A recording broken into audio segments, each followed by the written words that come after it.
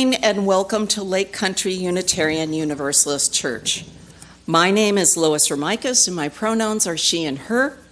I'm your worship leader this week.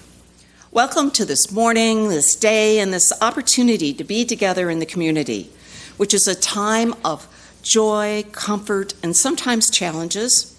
This Unitarian Universalist congregation is a place where we come together to learn more about being human. We're not here because we figured out life's questions or because we've got it right. We come here to learn about being in relationship together, how to listen, how to forgive, how to be vulnerable, and how to create trust and compassion with each other. Our chosen reading for today's Flower Communion, titled All of Us Are Beautiful, by Reverend Thomas Rhodes. We come in a variety of colors and shapes and sizes. Some of us grow in bunches. Some of us grow upward. Some of us are cupped inward. Some of us spread ourselves out wide. Some of us are old and dried and tougher than we appear. And some of us are still in bud. Some of us grow low to the ground, and some of us stretch to the sun. And some of us feel like weeds sometimes, and some of us carry seeds sometimes, and some of us are prickly sometimes. Some of us smell. All of us are beautiful, and what a bouquet of people we are. Here ends this week's reading. For those of you who have been members of this church since its beginning, you've probably heard just about every aspect of the history and significance of the Unitarian Universalist tradition of flower communion. So I'm going to simply provide a high-level overview for those of you for whom this will represent perhaps your first flower communion, hopefully the first of 25 or more that you will experience and enjoy over your time at this church if you are a newer member or visitor. Over 100 years ago, the Reverend Norbert Chopek and his wife, they wanted to bring a ritual to their congregation, which included Christians and non-Christians alike. One that would unite rather than divide.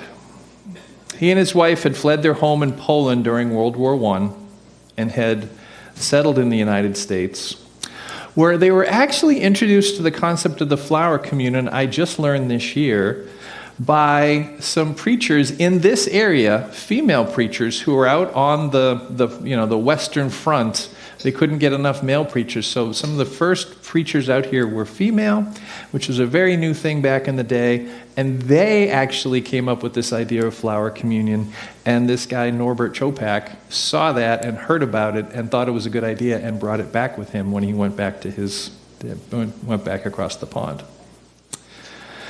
So Norbert and Maya were immigrants to America. They had met and wed and raised their children in New York City, where they first became Unitarians, but returned together to their mutual homeland when it became a new independent country after the war, Czechoslovakia.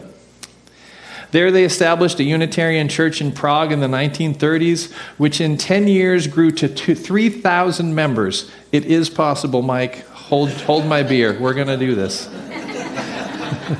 At that time, it was the largest Unitarian church in the world, and its members included folks of Catholic, Protestant, and Jewish descent. And during that time, the forces of hatred were growing in that part of the world, in Czechoslovakia and throughout Europe. The folks in Norbert's church were craving peace during an increasingly chaotic time, not unlike the times we find ourselves in today. And if we had more time today, I might tell you how Norbert was targeted by the Nazis for his heretical messages, and how he was arrested and spent time in the Dresden jail before being ultimately killed at one of the concentration camps. I might talk about how he kept his version of flower communion going from jail, guiding his fellow inmates to collect whatever weeds or flowers they might find in outside areas. Because ritual is an important thing to establish in peaceful times. Because ritual is one of the few things humans can turn to for rejuvenation when our world feels turned upside down. And this flower communion ritual that has been passed down to us now is draped in all kinds of meaning. Having each participant choose their own flower to pick and contribute to the service symbolizes that each individual member of a community arrives with their own sense of self and what is beautiful and what is meaningful. I always like it if somebody brings a dandelion. That's always the flower that I want to be reminded that some of us are weeds. And so, like in the reading, some of us are a little prickly. I try to find those flowers.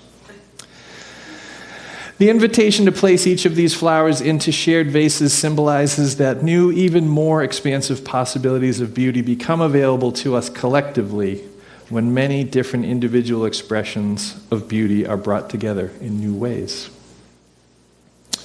Norbert then blessed the flowers and invited each person to then select a flower to take away, a different flower than they had arrived with, symbolizing the free choice to accept a blessing that's been added to the bouquet by another. This ritual is a reminder that as Unitarian Universalists, we each freely choose to journey together with others, to share our unique gifts and beauty with any and all that we meet, and to benefit from the unique gifts and beauty shared by others. In just a moment, I'm going to invite each person gathered here to come to the front to select a flower different than the one you brought to take home with you. And don't worry if you didn't bring a flower. We added a few ahead of time to account for that possibility. And I'm going to invite you to kind of try to make your way to the sides and then come back up through into the middle so we can sort of have some... This is not an organized religion. We do our best. We'll bump into each other. It's okay. When you reach the table with the flowers, I'm going to invite you to pause for at least a moment. Take in the beauty of each of the petals, the wide variety of colors and textures, the endlessly different shapes and sizes.